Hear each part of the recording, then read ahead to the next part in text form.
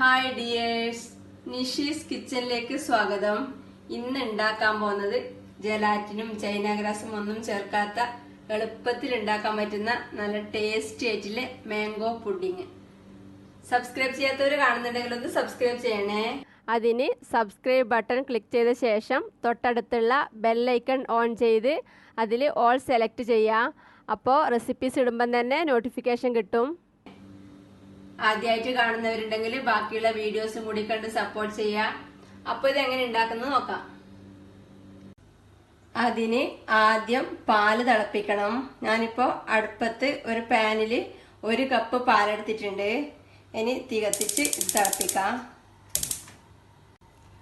തിളക്കുന്നത് വരെ ഇത് ഇളക്കിക്കൊണ്ടിരിക്കുക.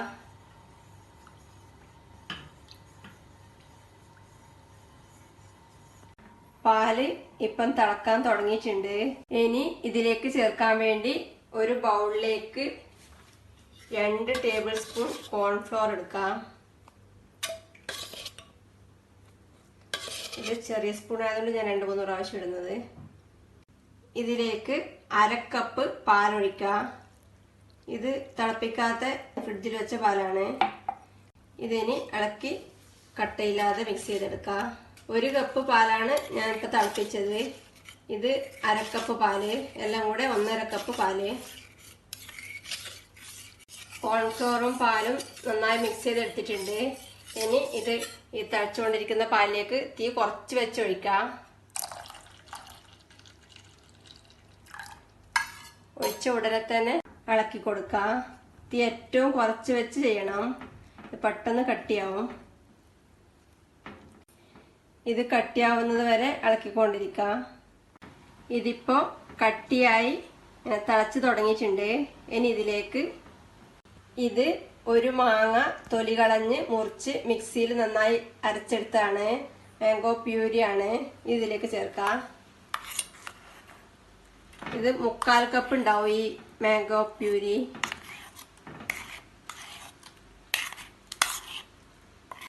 ഇതിനി നല്ലോണം ഇളക്കി മിക്സ് ചെയ്ത് തിളപ്പിക്കാം.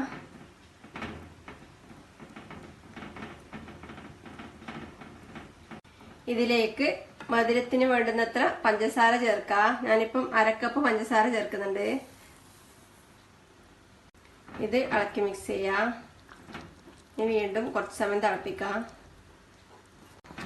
ഇതിപ്പോ നല്ലോണം തിളച്ച് നല്ല കട്ടിയായിട്ടുണ്ട്. ഇനി തീ ഓഫ് ചെയ്യാം. ഇതിനി സെറ്റ് ആവാൻ വേണ്ടിയിട്ട് ഒരു ബൗളിലേക്ക് ഒഴിക്കാം.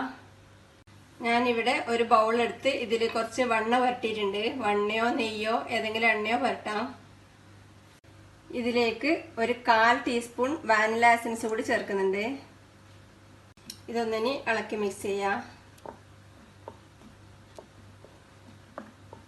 ഇതിനി ഈ ബൗളിലേക്ക് ഒഴിക്കാം. ചൂടാറുമ്പോൾ ഫ്രീസറിൽ വെച്ച് 2 മണിക്കൂർ തണുപ്പിച്ചെടുക്കാം. ഇതിപ്പോ ചൂടാറിയതിന് ശേഷം ഫ്രീസറിൽ 2 മണിക്കൂർ വെച്ച് പുറത്തേക്ക് എടുത്തിട്ടുണ്ട്.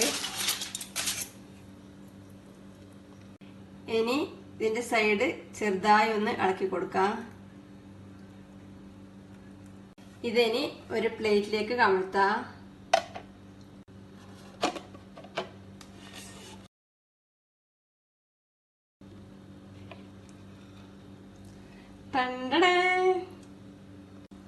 ഇതിന്റെ മേളില് ഒരു പുതിന ഇല വെച്ച് ഡെക്കറേറ്റ് ചെയ്യാം. എളുപ്പത്തിൽ ഉണ്ടാക്കാൻ പറ്റുന്ന നല്ല ടേസ്റ്റി ആയിട്ടുള്ള മാംഗോ പുഡിങ് റെഡിയാണ്.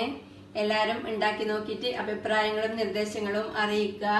ഇഷ്ടപ്പെട്ടാൽ ലൈക്കും കമന്റും ഷെയറും ഒക്കെ ചെയ്ത് സപ്പോർട്ട് ചെയ്യാം. Thank you.